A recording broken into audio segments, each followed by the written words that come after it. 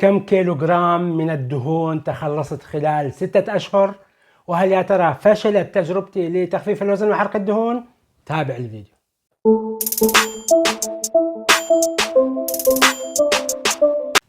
مرحبا متابعي العزيز ومشاهدي الجديد، معك الدكتور فراس العلي. اليوم نتحدث عن نتائج أول 6 أشهر من برنامجي لتخفيف الوزن وحرق الدهون، والتي سوف أتحدث عنها على شكل نقاط بسلبياتها وإيجابياتها، ونستخلص الفائدة من هذه النقاط. طبعا كما تعرفون أنه أنا بديت ببرنامجي لتخفيف الوزن في 1/1/2024، وكان وزني حينها 120 كيلوغرام.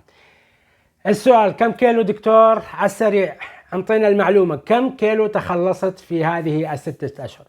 طبعا اخواني الكرام، في 6 أشهر تخلصت من 12 كيلوغرام، ولكن للأسف في آخر شهر أو آخر شهر ونص زاد عندي 4 كيلوغرامات، فبحسبة رياضية سريعة تخلصت من 8 كيلوغرامات من الدهون خلال 6 أشهر. طب ليش هذه الأمور كلها؟ ما هي الإيجابيات وما هي السلبيات؟ وأستخلص العبر وأفيد نفسك من هذه التجربة الواقعية 100%. خلينا نتحدث عن الإيجابيات. أول شيء أخواني الكرام، أرجو أن أنوه عن نقطة مهمة جدا جدا، هو أنا أقوم بهذه التجربة لعدة أسباب. أول شيء لمساعدة نفسي، ثاني شيء لأضع برنامج يكون شبه متكامل لتخفيف الوزن وحرق الدهون والحفاظ على الصحة، ولذلك أنا هذه التجربة أقوم بها بشكل يعني فردي وخاصة بي، ولذلك وضعت هذه التجربة ووضعت المعلومات الكاملة الخاصة بي، وعلى أساس هذه المعلومات قمت بإجراء هذا الموديل وهذه التجربة. فأرجو التوضيح، أو يعني حبيت أوضح هذه النقطة. طيب، ما هي الإيجابيات دكتور؟ أول إيجابية يا أخوان الكرام هي أنه واجهت هذه المشكلة، يعني قعدت وأخذت ورقة وقلم وواجهت هذه المشكلة، أنه أنا عندي مشكلة زيادة وزن. كنت دائما أتهرب من هذه المشكلة، أو كنت دائما أسمع أنه والله دكتور فراس أنه أنت يعني جسمك حلو وشكلك حلو والسمن زين، يعني الناس مثل تجاملك، الأقربين منك يجاملوك والغرباء، فهذا شيء أوكي يعني يخفف عنك، ولكن في يوم من الأيام يجب أن تواجه هذه المشكلة. واجهت هذه المشكلة، والدليل على ذلك أنه أنشأت قناة وأنتم تشاهدوها الآن لكي أتحدث عن هذه المشكلة وعن مشاكل صحية أخرى، وأواجه هذه المشكلة وأساعد نفسي وأساعدكم. واجهت هذه المشكلة، وهذه نقطة مهمة. النقطة الثانية خلينا نتحدث عنها، هو غيرت من عاداتي الغذائية. غيرت كثير من عاداتي الغذائية، وهذا شيء صعب إخواني الكرام، صعب جدا تغيير العادة الغذائية، خاصة لأن هذه روتين يومي تعود عليه الإنسان، ويجب أن تخرج من منطقة الراحة الموجود بها وتغير حياتك. هذا شيء صعب لأنه يوجد ظروف مختلفة وظروف العمل والحياة وهذه الأمور كلها، فهذا شيء صعب على الإنسان، وخاصة من الناحية الغذائية. ومن أهم النتائج، النقطة الثالثة الناتجة عن تغييري للمنتجات الغذائية، تخلصت من تناول السكر نهائيا، والحمد لله أنا الآن لا أتناول السكر إطلاقا. هذا انتصار كبير جدا بالنسبة لي، لأن كنت أنا أتناول كميات كبيرة من السكر مع الشاي والقهوة والأمور هذه كلها، يعني تتجاوز 14 معلقة في اليوم. هذا يعني هذه كمية كبيرة. الآن لا أتناول السكر إطلاقا، وخصصت فيديوهات موجودة على القناة يمكن أن تتعرف عليها في قسم السكر، كيف بدأت بتخفيف السكر إلى وصلت أن قطعت السكر بشكل كامل، والآن تقريبا صار لي 5 أشهر لم أتناول السكر. وسوف أخصص الحلقة القادمة عن ما هي الفوائد التي أنا جنيتها من خلال توقفي عن تناول السكر، وما هي الآثار الإيجابية والسلبية اللي حصلت معي بالنسبة لهذا الموضوع. ولكن أرجو أن أنوه بطريقة سريعة عن هذه النقطة، أرجو عدم قطع تناول السكر بشكل مفاجئ. يعني ما تقوم الصبح تقول أنا راح أقطع السكر نهائيا وتبطل تاكل السكر، لأن يوجد يصير عليها ردة فعل عكسية موجودة بفيديوهات القسم السكر يمكنك مشاهدتها. خلينا نتحول إلى النقطة الرابعة. النقطة الرابعة هو أنه خففت من تناول الخبز والمعجنات، وبعدها أيضا قطعت تناول الخبز والمعجنات. ولكن هنا صابني شيء من ما أحب كلمة فشل ولكن بعد فترة تقريبا أسبوعين 3 أسابيع حسيت ولاحظت بأنه يعني هذا الشيء أثر بشكل كبير أكثر من قطعي للسكر على ناحيتي النفسية وناحيتي النشاط الجسدي. ولذلك رجعت بق ويعني عدت إلى تناول الخبز في الفترة الأولى من اليوم، يعني في الفترة الصباحية. وبإذن الله في خطط المستقبلية أن أقطع تناول الخبز نهائيا، يعني بداية من الشهر الثامن القادم بإذن الله تعالى. أخواني الكرام، أنا صادق معكم في هذا البرنامج في هذه التجربة، ولذلك أنا أعطيك كل المعلومات كما هي، لكي يعني ما إحنا نعمل شو بس لكي يعني فيديو وشو. لا، أنا أعطيك الواقع الموجود. أنا صمدت أسبوعين من قطع الخبز والمعجنات، ولكن شفت يعني يوجد تأثير على صحتي النفسية والجسدية ونشاطي، فأنا رجعت خطوة لوراء، انسحاب تكتيكي يسموه، انسحاب تكتيكي، وصرت أكل الخبز بس في أول النهار. خلينا نتحول إلى النقطة الخامسة، هو عودت نفسي على شرب كمية كافية من المياه. كمية كافية. المي هي من أهم العوامل التي تساعدنا على حرق الدهون وتخفيف الوزن وتنشيط الجسم وتزويد الجسم بالطاقة وتنظيم يعني عمليات كثيرة في جسمنا. فهذا شيء مهم، وخاصة بعد جائحة كورونا. هذا الشيء أيضا ساعدني، وخاصة أنا نوهت في الحلقات السابقة بالنسبة لتناول المياه الدافئة. يمكنكم متابعة هذه الفيديوهات والتعرف عليها. شرحت كيفية تناول المي لحرق الدهون وتخفيف الوزن. النقطة السادسة هو ومن أهم النقاط إخواني الكرام، أما أنا وضعت البرنامج بالنسبة لي، ليش أنا أقول لك أنه أنا وضعت برنامج خاص بي؟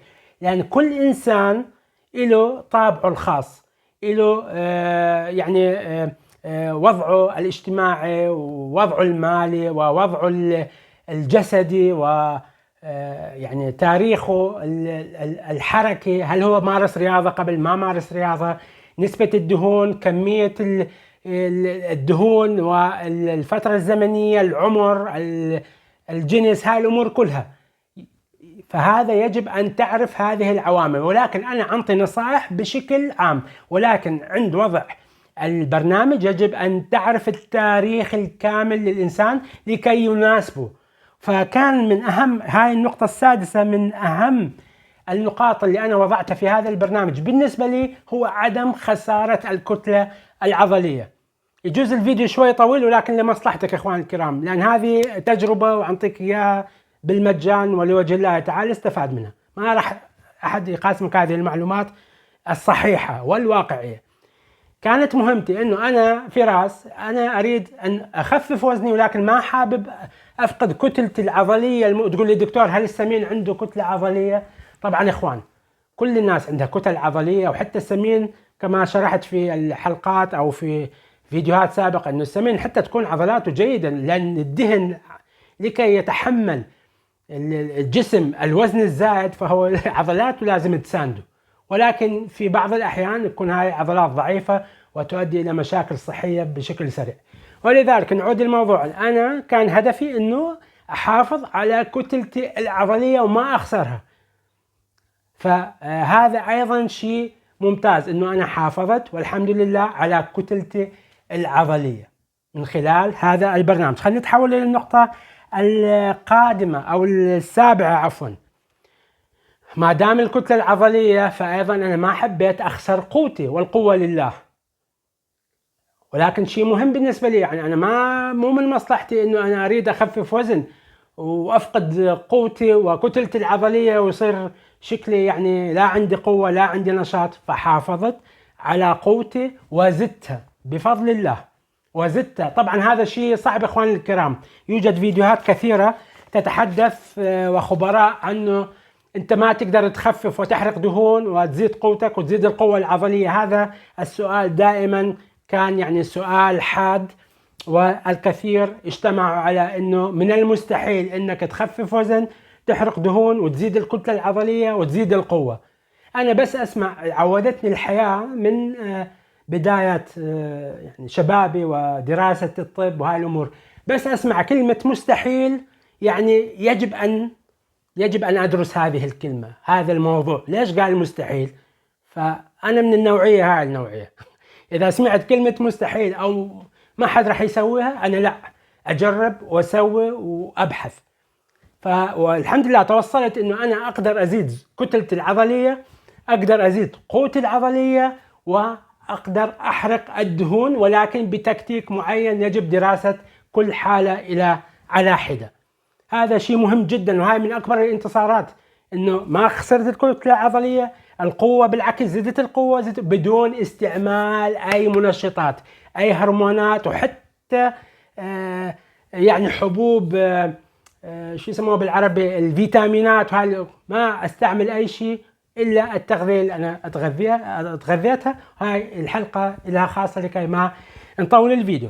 هذه من النقاط المهمة، هي الحفاظ على الكتلة. اعيد وازيد واكرر، ليش الكتلة العضلية لازم تحافظ عليها؟ لأن الكتلة العضلية ما أنا شرحت بالحلقات السابقة، إذا تأثرت الكتلة العضلية راح كل الحمل يروح على الجهاز العظمي، وراح يسوي لك مشاكل مفاصل وفقرات وإلى آخره، وأوجاع ما لها أول ولا لها آخر. فهذه نقطة مهمة.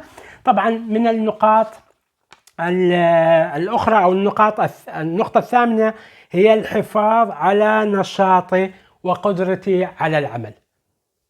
هاي هم نقطة مهمة حياتية، يعني مو أنا أسوي رجيم وأبطل أكل وأحرم نفسي من كل شيء وأبطل أقدر أشتغل بشكل جيد ويقل عطائي وقدرتي على الشغل. طب أنا من راح يعطيني راتب؟ على أي أساس راح يدفع لك راتب؟ رب العمل أو صاحب العمل أو البزنس أو أوكي. فيجب نشاطك تحافظ على نشاطك، قدرتك حافظت على نشاطي وقدرتي، وبالعكس زاد لأسباب كثيرة نشرحها في الحلقات اللاحقة عفوا. النقطة التالية هي تحسن الصحة وزيادة النشاط. تحسن الصحة وزيادة النشاط هذا أحد العوامل الأساسية التي لمستها من خلال قطعي للسكر وممارسة التمارين الرياضية وممارسة المشي وزيادة شرب الماء، وهذه الأمور كلها في كومبلكس معقد يساعدك على زيادة نشاطك وردف صحتك وتزويدها بطاقة جديدة.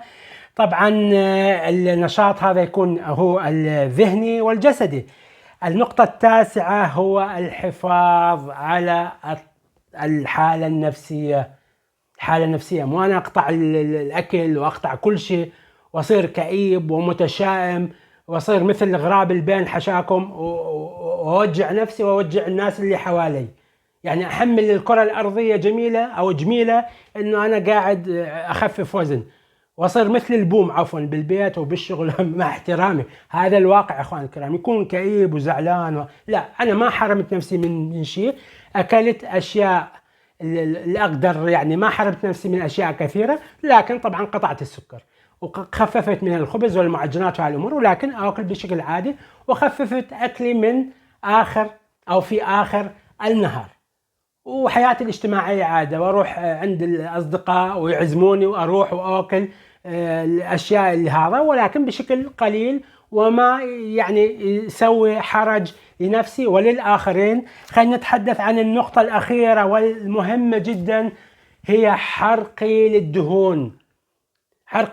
تخفيف الوزن.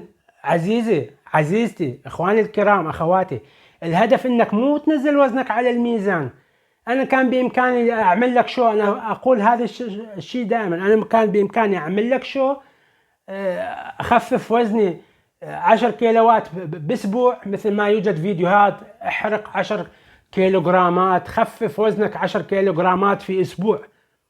هذا شيء كبير ومشكلة كبيرة اخوان الكرام. هدفنا كما اقول دائما هو حرق الدهون والتخلص من الدهون، وليس خسارة الدهون، وليس خسارة الصحة. هذه نقطة مهمة. ما حاب اطول الفيديو، لكن حابب من قلبي اشرح لك، واعرف انك تعاني معاناة الشخص اللي عنده زيادة وزن والشخص السمين، ما حد يعرفها الا اللي بثوبه. ولذلك مهمتنا تخلصنا من الدهون، مو تخلصك من الوزن، العضلات على حساب العضلات والمياه وهاي الدنيا كلها، واخر شيء انت تخسر الدهون. لا، وظيفتنا ستيب باي ستيب، خطوة بخطوة، خسارة الدهون. ولذلك هذا البرنامج اللي اعمله وهذه التجربة العلمية الواقعية العملية اجربها على نفسي، وان شاء الله من بداية 1/1/2025 أكون توصلت إلى خسارة كلية وإجمالية بمقدار 30 كيلوغرام، ليصبح وزني بإذن الله إذا ربنا أعطانا الصحة والعمر 90 كيلوغرام عام 1/1/2025. وبعدها أستطيع أن أعمل التجربة وأساعد هذه بخبرتي هذه على مساعدة ناس آخرين للتخلص من هذه المشكلة بإذن الله تعالى. في الحلقات القادمة سوف أتكلم عن أشياء كثيرة تساعدك بتخفيف وحرق الدهون. آسف على الإطالة، ولكن أحب أشاركك قدر الإمكان بكل المعلومات اللي أعرفها. اكتب تعليق، ما هو وزنك؟ ما هي مشكلتك؟ هل تجد هذه المعلومات مفيدة أم لا؟ واشترك بالقناة وفعل الجرس. أحبكم بالله، وإلى اللقاء.